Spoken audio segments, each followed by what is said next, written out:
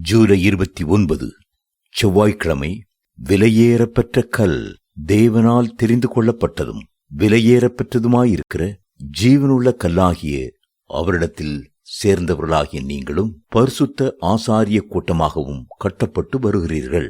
1 பேதுரு 2:4-5. விலையேறப்பெற்ற கல் என்னும் வார்த்தை ஒவ்வொருவரையும் வைரங்களையும் வைடூரியங்களையும் மாணிக்க கற்களையுமே நினைக்க வைக்கும். ஆனால் இவை ஒன்றுக்கும் ஜீவனில்லை. அப்போஸ்தலனாகிய பவுல் ஜீவனுள்ள விலையேறப்பெற்ற கல்லை குறித்து பேசுகிறார். ஆம், அவர்தான் மேசியா என்னும் திட அஸ்திபாரமான மூலைக்கல். ஏசாயா 28:16.